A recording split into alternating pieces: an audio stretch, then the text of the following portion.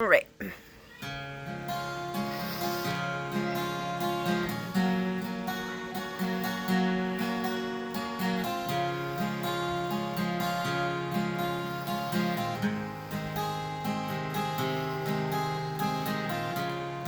I was on the outskirts of a little southern town, trying to reach my destination before the sun went down. The old CB was blaring away on Channel 19 when there came a little boy's voice on the radio line.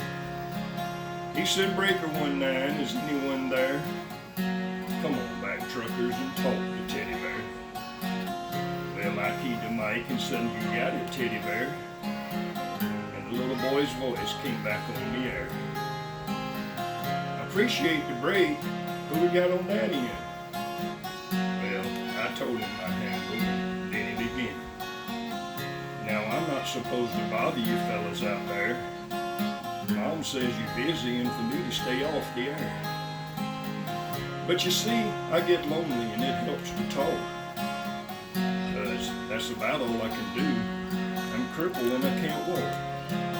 I came back and told him to fire up that night, and I'd talk to him as long as he'd like. "This was my dad's radio," the little boy said. "But I guess it's mine and Mom's now, 'cause my daddy's dead. My dad had a wreck about a month ago. He was trying to get home in blind and snow. Mom has to work now to make ends meet. I'm not much help with my two crippled feet. But she says not to worry, that we'll make it all right. But I hear her crying sometimes late at night. You know, there's one thing I want more than anything else to see. Oh, I know you guys are too busy to bother with me. But you see, my dad used to take me for rides when he was home. But I guess that's all over now since my daddy's gone. Not one breaker came on the old CB as that little cripple boy talked to me.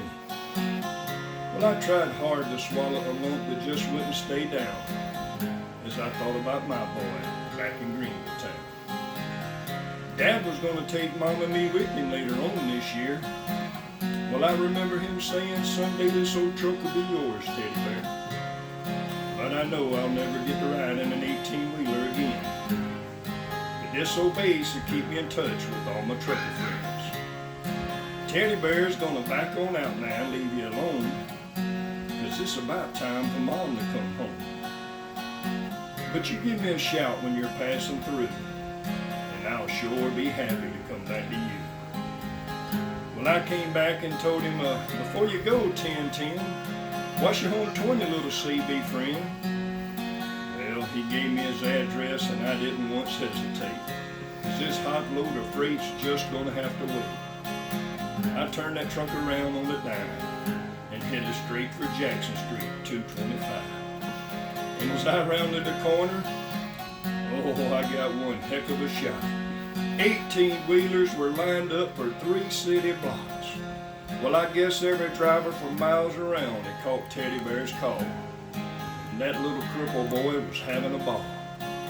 For as fast as one driver would carry him in, another carried him in his truck and take off again.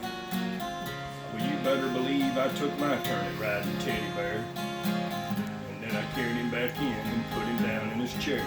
And buddy, if I never live to see happiness again, I want you to know I saw it that day in the face of that little man. Well, we took up a collection for him before his mom got home. And then each driver said goodbye, and then they were all gone. Well, he shook my hand with a mile-long grin and said, "So long, trucker, I'll catch you again." Well, I hit that interstate with tears in my eyes. And I turned on the radio and I got another surprise. Breaker 19 came a voice on the air. Just one word of thanks from Mama TeddyBear. Now we wish each and every one a special prayer for you, 'cause you just made my little boy's dream come true. I'll sign off now before I start to cry. May God I'd ride with you. 10-4. And goodbye.